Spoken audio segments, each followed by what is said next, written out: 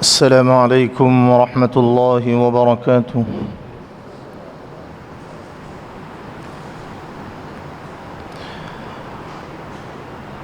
الحمد للہ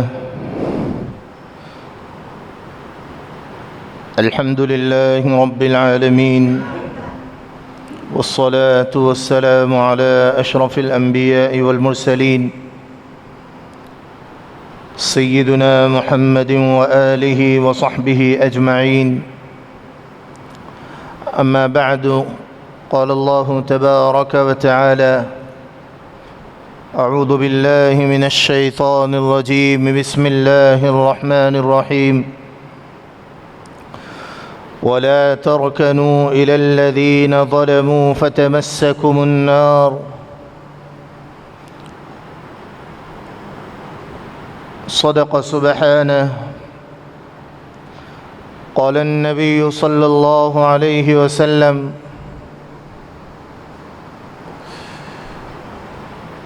اتق دعوة المظلوم فإن الظلم ظلمات يوم القيامة، أو كما قال رسول الله صلى الله عليه وسلم۔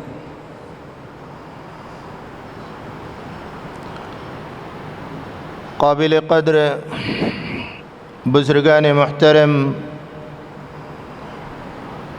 اور ملت اسلامیہ کے غیور نوجوان دوستو،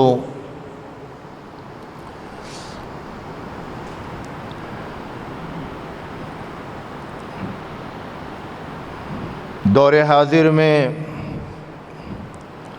پوری دنیا ظلم سے بھرتی جا رہی ہے۔ جگہ جگہ ظلم و ستم بڑھتا جا رہا ہے۔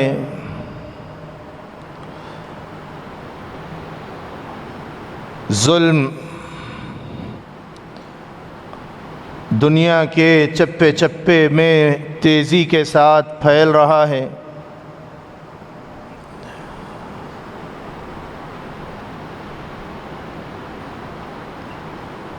دنیا کی ہر قوم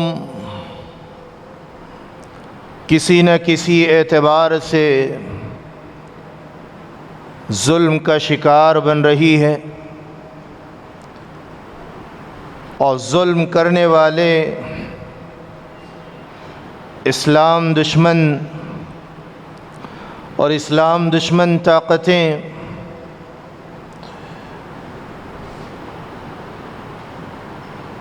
ظلم کرتی جا رہی ہیں، لیکن ان سب کے ظلم کا تذکرہ اس موقع پر نہیں کیا جا سکتا ہے۔ ظلم کے وہ گوشے اور ظلم کے وہ پردے کہ جو آج مسلمانوں نے ظلم کر کر کے چھوڑے ہیں، ان کو بتایا جانا اور ان کا تذکرہ اور مذاکرہ یہ بہت اہم ہے، کیونکہ یاد رکھیں، جب ظلم دنیا میں عام ہو جائے اور پھر بدقسمتی سے مسلمان بھی ظلم کرنے لگے، تو پھر رحمت دو عالم صلی اللہ علیہ وآلہ وسلم نے فرمایا ایک دور آئے گا جب پوری دنیا ظلم سے بھر جائے گی، مظلوموں پر ظلم تیزی سے کیا جائے گا، اور یہ اس موقع پر فرمایا جبکہ اسلامی نظام عام ہو رہا تھا، مکمل طور پر اسلامی نظام کا نفاذ ہو چکا تھا، عدل و انصاف جگہ جگہ قائم تھا۔ ایسے موقع پر رحمت دو عالم صلی اللہ علیہ وآلہ وسلم نے فرمایا ایک دور آئے گا کہ پوری دنیا ظلم سے بھر جائے گی، اور وہ وقت وہ ہوگا جب کہ لوگوں کا خون تیزی سے بہے گا، اور سب سے زیادہ ظلم مسلمانوں پر ہوگا۔ ان کا خون تیزی کے ساتھ بہایا جائے گا، قتل و غارت گری عام ہوگی، ظلم و ستم بڑھ جائے گا، سب و شتم بڑھ جائے گا۔ لیکن حال یہ ہوگا کہ جب مظلوم ہاتھ اٹھا کر دعائیں کریں تو ان کی دعائیں قبول نہیں ہوگی فرمایا۔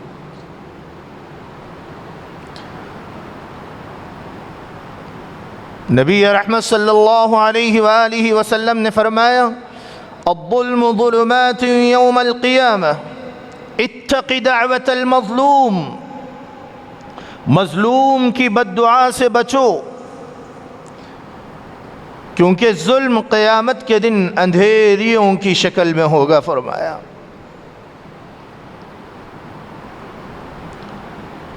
ایک بندہ وہ ہوگا کہ جو حقوق اللہ میں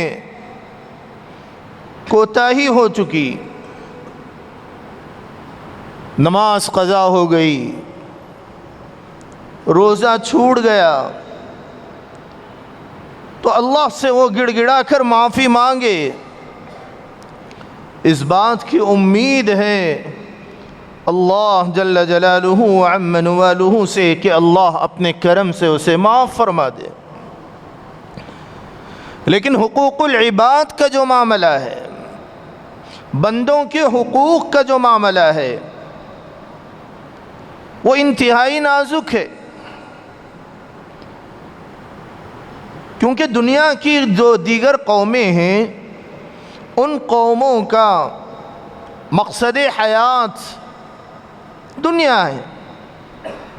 مجھے اور آپ کو اور ایک مسلمان کو اللہ نے دنیا میں بھیجا ایک قائد کی حیثیت سے، ایک ذمہ دار کی حیثیت سے، اور میں اور آپ جس ذات گرامی کا کلمہ پڑھتے ہیں، اللہ رب العزت نے ان کی رسالت کے مبعوث کے وقت، یعنی رسالت کے مقصد سے مبعوث کیے جانے کے وقت میں اللہ نے ان کا جو تعارف فرمایا وہ یوں کہ وَمَا أَرْسَلْنَاكَ إِلَّا رَحْمَةً لِلْعَالَمِينَ، کہ ہم نے آپ کو سارے عالموں کے لیے رحمت بنا کر بھیجا ہے، مسلمانوں کے لیے نہیں، صرف مسلمانوں کے لیے نہیں بلکہ ہر قوم کے لیے، ہر مخلوق کے لیے اللہ نے محمد عربی صلی اللہ علیہ وآلہ وسلم کو رحمت للعالمین بنا کر بھیجا۔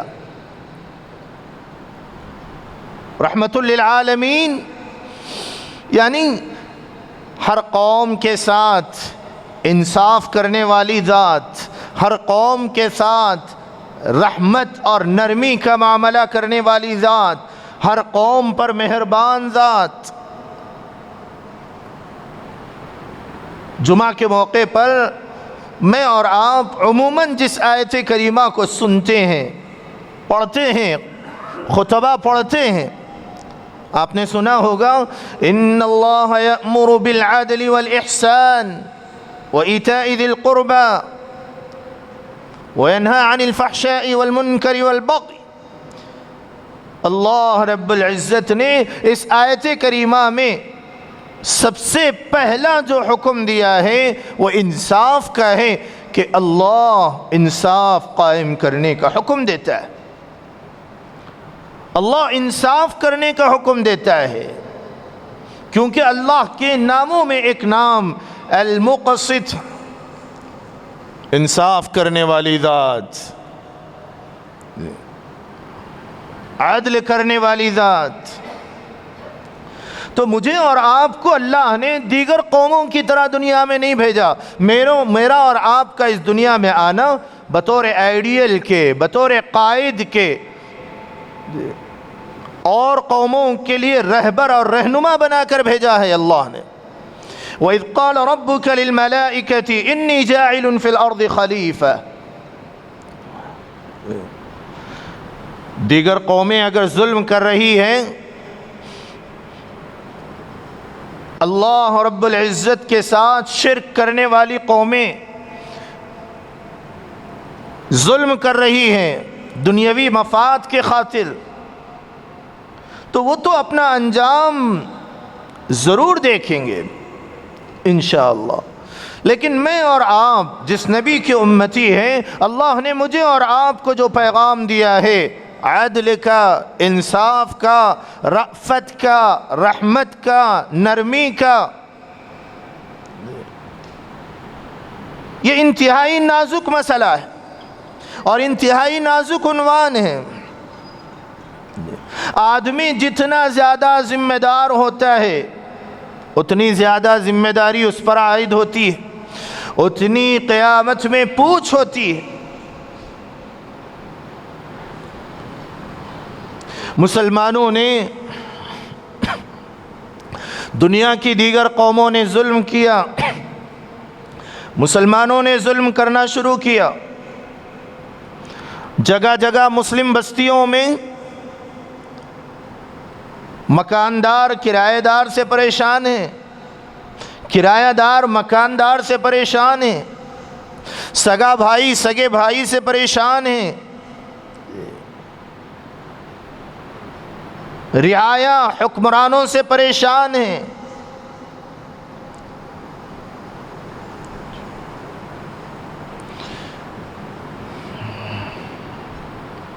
تو جگہ جگہ جو ظلم بڑھتا جا رہا ہے، اور دنیا میں مسلمانوں نے بھی یوں سمجھ لیا کہ جواب دینا تو نہیں ہے، بس جس کا مال چاہیں ہڑپ کر جائیں، جس کی زمینات چاہیں قبضہ کر لیں، جس کا مکان چاہیں قبضہ کر لیں۔ تو ظلم کا بازار جو بڑھتا جا رہا ہے اور ظلم کا معاملہ جو بڑھتا جا رہا ہے، اگر مسلمانوں نے بھی یوں سمجھ لیا کہ بھئی قیامت کے دن دیکھا جائے گا، دنیا تو بن جائے گی، مال بڑھ جائے گا، جائیداد بڑھ جائے گی،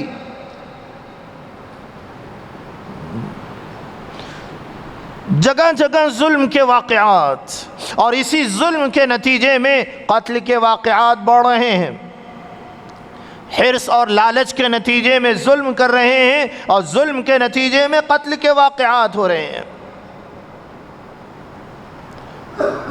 یاد رکھیں، اللہ رب العزت ظلم کو معاف نہیں کرے گا۔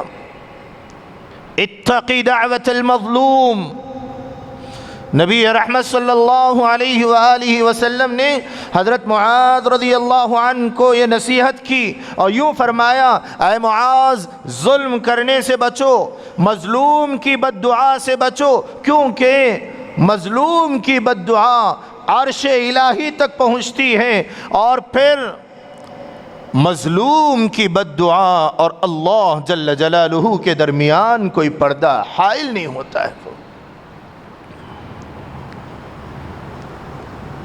کوئی پردہ حائل نہیں ہوگا۔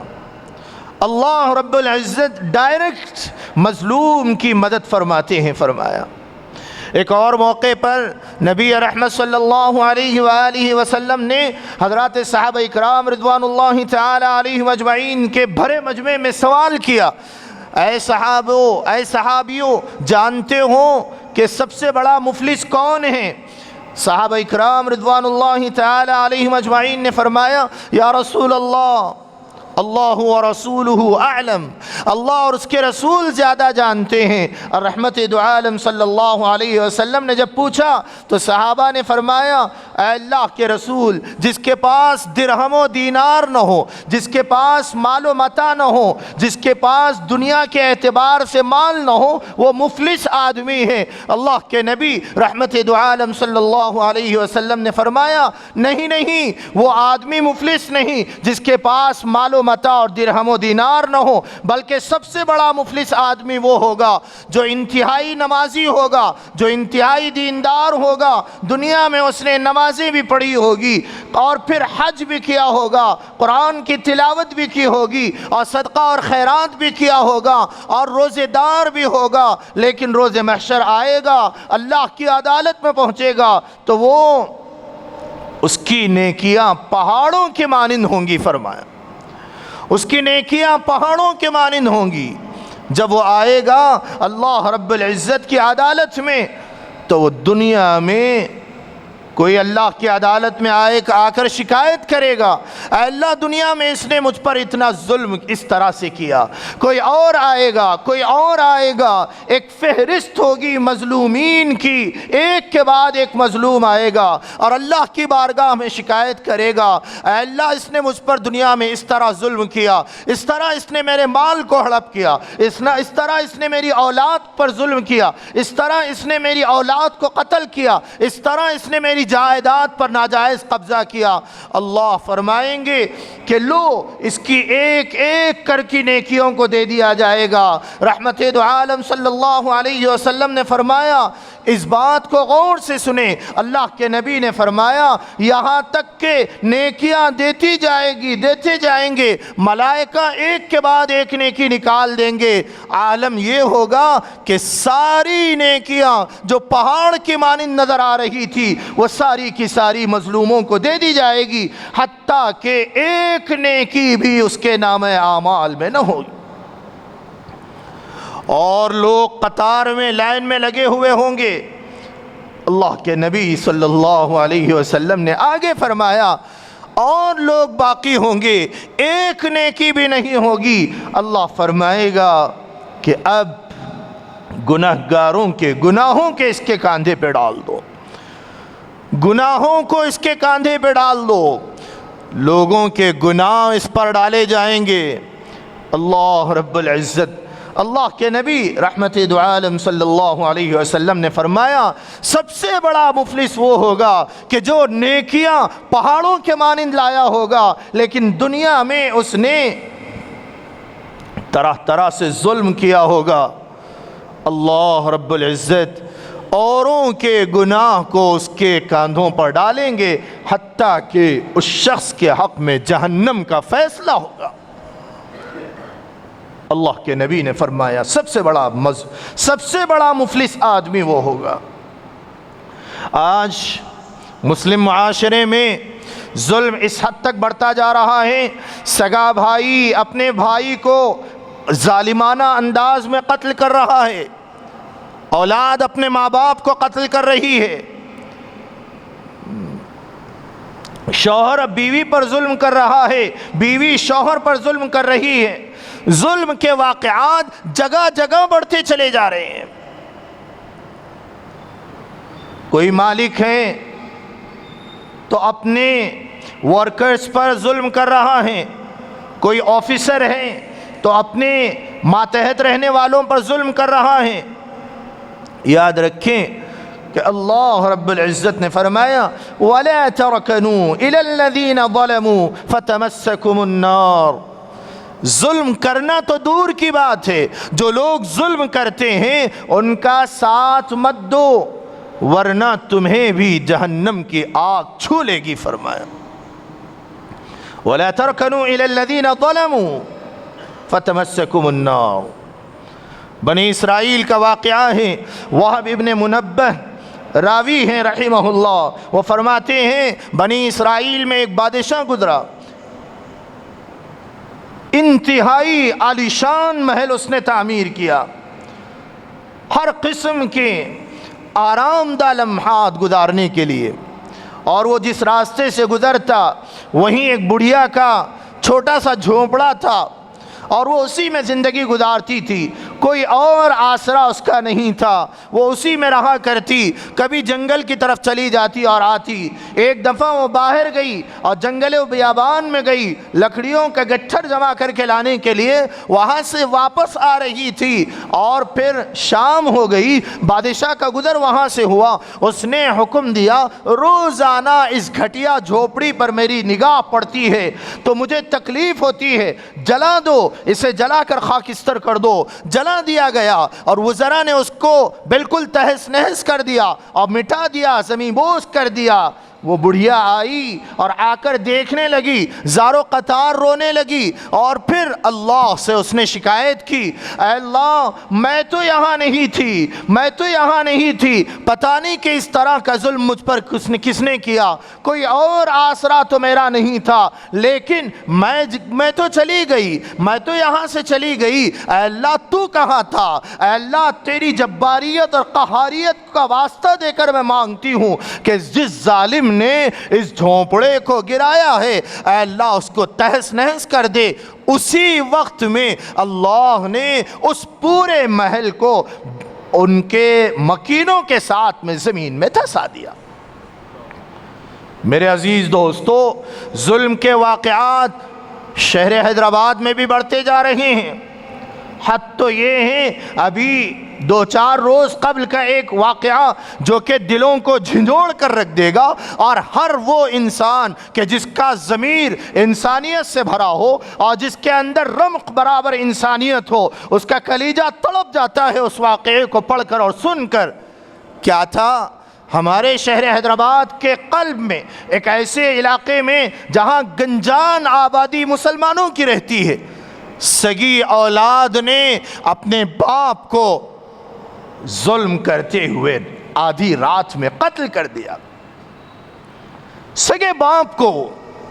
یہ کسی اللہ کے باغی قوموں کا واقعہ نہیں، اللہ کے نافرمان قوموں کا واقعہ نہیں، مسلمانوں کا واقعہ۔ شرم کی بات ہے اگر ہم نے اپنے آپ کو مسلمان کہا اور سگے باپ کو اگر اولاد قتل کر رہی ہے۔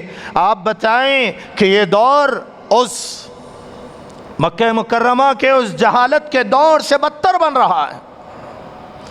اس دور میں لوگ انسانی شکل میں بھیڑیے بنتے جا رہے تھے، آج بھی وہی واقعات رونما ہو رہے ہیں۔ سگی اولاد اپنے باپ کا خون کر رہی ہے، سگی اولاد اپنے باپ پر حملہ کر رہی ہے، اور وہ آخری لمحات میں کیا سوچا ہوگا جن کے چہرے پر داڑھی بھی نظر آ رہی ہے اور انتہائی معصوم سا چہرہ نظر آ رہا ہے۔ آپ غور کریں، میں اور آپ اپنے دل سے پوچھیں کہ کیا آخری لمحات میں، آخری سانسوں میں اس بوڑھے باپ کا کلیجہ کیا کہہ رہا تھا ہوگا، اور کیا وہ سوچ رہے تھے ہوں گے کہ میں نے زندگی بھر اولاد کے لیے کمایا، میں اپنی اولاد کے لیے جان توڑ کوششیں کی، پسینہ بہایا، خون بہایا، جگہ جگہ کی اور در در کی ٹھوکریں کھا کر میں بھوکا رہا، اولاد کو فاقے سے رکھنا گوارا نہیں کیا، میں اگر بہت مجبوری کے ساتھ میں نے معمولی لباس زیب تن کیا، اولاد کو اچھے سے اچھا پہنایا، میں سوکھی روٹی کھانا گوارا کیا، میں ٹھنڈا اور باسی کھانا گوارا کیا، اولاد کو گرم گرم لقمے ماں کے ذریعے سے کھلواتا رہا، اور باپ اپنی گاڑھی کمائی اپنی اولاد پر لگا دیا، اس کی تعلیم کے لیے، اس کو قابل بنانے کے لیے اور اس کو گریجویٹ بنانے کے لیے، اور وہی اولاد اتنی قابل بن گئی کہ یہاں سے پروں کو اڑاتے ہوئے شیطان کے دوست بن گئے۔ اللہ اکبر۔ میرے عزیز دوستو، آج وقت ہے کہ میں اور آپ توبہ کریں، یاد رکھیں کہ ظلم اللہ کبھی برداشت نہیں کرتا، ظلم کو اللہ کبھی گوارا نہیں کرتے ہیں، ظلم کی سزا اس دنیا میں بھی ملتی ہے۔ یہی وجہ ہے سیدنا عمر رضی اللہ عنہ کے واقعات کو آپ نے سنا ہوگا۔ سیدنا عمر رضی اللہ عنہ ایک ایسے علاقے سے جو اس وقت کا انتہائی سپر پاور ایریا اور سپر پاور کنٹری سمجھی جاتی تھی، وہ اس کے فتح ہونے کی جب اطلاع ملی، سیدنا عمر رضی اللہ عنہ کو جب بلایا گیا، آپ جا رہے ہیں، سواری پر سوار ہو کر جا رہے ہیں، عالم یہ ہے کہ سیدنا عمر رضی اللہ عنہ کے ساتھ ایک خادم بھی ہے، ایک نوکر بھی جا رہے ہیں۔ سیدنا عمر رضی اللہ عنہ کے سواری کی ڈور پکڑا ہوا خادم ہے، چل رہے ہیں، کچھ دور جا رہے ہیں، عرب کی گرمی ہے، تپتی ہوئی ریت ہے، کھانے کا کوئی سامان ساتھ نہیں ہے۔ سیدنا عمر کچھ دور جا کر اتر جاتے ہیں اور ریت میں ٹھہر جاتے ہیں، سر جھکا کر اپنے قلب کی طرف، اپنے دل کی طرف دیکھتے ہیں، آنکھ سے آنسو بہتے ہیں اور اپنے خادم سے یوں کہتے ہیں، سواری پر چڑھ جاؤ، سواری پر چڑھ جاؤ، کچھ دیر عمر تم کو سوار کرے گا اور تمہاری سواری کی نکیل پکڑ کے آگے چلے گا۔ فرما کیوں کیا؟ تاکہ کل قیامت میں اللہ کی بارگاہ میں پکڑ سے بچ جائے۔ سیدنا حسن یا حسین رضی اللہ عنہ کا واقعہ ہے، اس دور میں جبکہ فتوحات کا دور تھا، مہمان آ گئے اور بہت ہی حشم و خدم والے مہمان۔ جب وہ آئے تو ان کو اسلام کی دعوت پیش کرنے کے لیے دستر لگایا گیا اور پھر سیدنا حسن رضی اللہ عنہ بیٹھ گئے، مہمان بھی دستر پہ بیٹھے ہوئے ہیں۔ تو ایک باندھی دستر سجانے کے بعد اندر سے گرم شوربہ لے آ رہی تھی، انتہائی گرم شوربہ تھا۔ سیدنا حسن رضی اللہ عنہ کے قریب آئی تو اچانک وہ شوربے کا کٹورا چھوٹ گیا اور وہ سیدھا حضرت حسن رضی اللہ عنہ کے اوپر گر گیا، انتہائی گرم۔ غصہ آیا، آپ نے اس کی طرف دیکھا تو اس نے فوراً اللہ کے کلام کی تلاوت شروع کر دی، یوں کہا وَالْكَاظِمِينَ الْغَيْظَ، ایمان والے غصے کو پی جاتے ہیں۔ سر کو جھکا لیا اور مسکرانے لگے۔ آپ بتائیے، ایک تو مہمان اور پھر گرم شوربے والا کٹورا، پھر دیکھا تو اس نے یوں کہا وَالْعَافِينَ عَنِ النَّاسِ، ایمان والے لوگوں کو معاف کر دیتے ہیں۔ سیدنا حسن رضی اللہ عنہ نے فرمایا میں نے معاف کر دیا۔ آگے اور تلاوت شروع کی واللہ یحب المحسنین، اللہ احسان کرنے والوں کو دوست رکھتا ہے، محبوب رکھتا ہے۔